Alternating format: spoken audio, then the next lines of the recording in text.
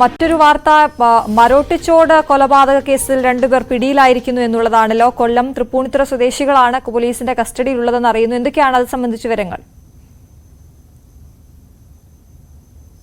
കേസിൽ 2 പേർ ഇപ്പോൾ പോലീസിന്റെ പിടിയിലായ എന്ന് തന്നെയാണ് അറിയാനായിട്ട് സാധിക്കുന്നത്. ഇതിൽ 2 പേരിൽ ഒരാളാണ് ഇതിൽ കൂടുതലായിട്ട് ഈ കൃത്യത്തിൽ പങ്കുള്ളത് എന്നാണ് പോലീസ് സ്ഥിരീകരിക്കുകയും ചെയ്യുന്നത്. ഇയാളുടെ അറസ്റ്റ് ഒരുപക്ഷെ വൈകാതെ രേഖപ്പെടുത്താനും സാധ്യതയുണ്ട്. കൊല്ലം സ്വദേശിയായ ഷമീറിന്റെ അറസ്റ്റാണ് ഇത് സംബന്ധിച്ച് രേഖപ്പെടുത്താനായിട്ട് പോലീസ് തയ്യാറെടുക്കുന്നത്. ഇയാളുടെ ഒരു പങ്കാളിത്തമാണ് കൃത്യത്തിൽ വ്യക്തമായിരിക്കുന്നതെന്നാണ് പോലീസ് നൽകുന്ന സൂചന. മറ്റ് തൃപ്പൂണിത്തുറ സ്വദേശിയായ ഒരാൾ ഈ സമീപത്ത് ഇവർക്കൊപ്പം ഉണ്ടായിരുന്നു എന്നത് തെളിഞ്ഞിട്ടുണ്ട്. പക്ഷെ അയാൾ കൃത്യത്തിൽ പങ്കാളിയല്ല എന്നാണ് മനസ്സിലാക്കാനായിട്ട് സാധിക്കുന്നത്. പോലീസ് നൽകുന്ന സൂചനകൾ അതാണ്. ഇവരെ മദ്യപാനത്തെ തുടർന്ന് തർക്കമുണ്ടാകുന്നു. ഇവരെല്ലാം തന്നെ ഒരു ക്രിമിനൽ പശ്ചാത്തലമുള്ള ആളുകളാണ്. ഇന്നലെ മരിച്ച പ്രവീണാണെങ്കിലും ക്രിമിനൽ പശ്ചാത്തലമുള്ള ആളുകൾ തന്നെയാണ്.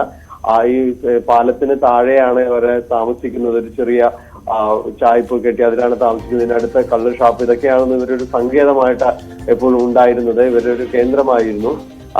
ഇവരെ പലപ്പോഴും വഴക്കുണ്ടാക്കുക എല്ലാം തന്നെ പലപ്പോഴും സംഭവിച്ചിരുന്നു. ഇതിനിടയിലാണ് കഴിഞ്ഞ ദിവസം ഇവരെ വഴക്ക് മൂർച്ഛിക്കുകയും അതിനെ തുടർന്നാണ് ഇയാളെ അവിടെ നിന്ന് തള്ളി താഴേക്കിടുകയും പിന്നീട് ഇതൊരു കൊലപാതകത്തിലേക്ക് അടക്കം എത്തുകയും ചെയ്യുന്നത്. ഇന്നലെ പ്രവീണിന്റെ ശരീരത്തിൽ നിരവധിയായ മുറിവുകൾ ഉണ്ടായിരുന്നു. അതെല്ലാം തന്നെ പ്രാഥമികമായ സൂചനകൾ ഇതൊരു കൊലപാതകമാണ് എന്ന് തന്നെ പോലീസ് നൽകിയിരുന്നു. ഇന്നലെയാണ് ഇത് സംബന്ധിച്ച് കൂടുതൽ വ്യക്തതയിലേക്ക് വന്നത്. ഇന്നലെ ഇയാൾക്കൊപ്പം ഉണ്ടായിരുന്ന പതിവ് ചുറ്റുപാടുകളുടെ ഒപ്പം ഉണ്ടാവുന്ന ആളുകളെ എല്ലാം ചോദ്യം ചെയ്തതിനു ശേഷമാണ് 2 പേരിലേക്കും അന്വേഷണം എത്തുന്നത്. ഇതിൽ ഷമീർ കാര്യങ്ങൾ സംബന്ധിച്ചതായാണ് അറിയാനായിട്ട് സാധിക്കുന്നത്. കൊല്ലപ്പെട്ട പ്രവീണിന്റെ മൃതദേഹം ഇൻക്വസ്റ്റ് എല്ലാം നടപടികൾ പൂർത്തിയാക്കിയിരുന്നു. ഇന്ന് രാവിലെ പോസ്റ്റ്മോർട്ടം നടക്കും. ഇതിനുശേഷമായിരിക്കും ബന്ധുക്കൾക്ക് വിട്ടുകൊടുക്കുക.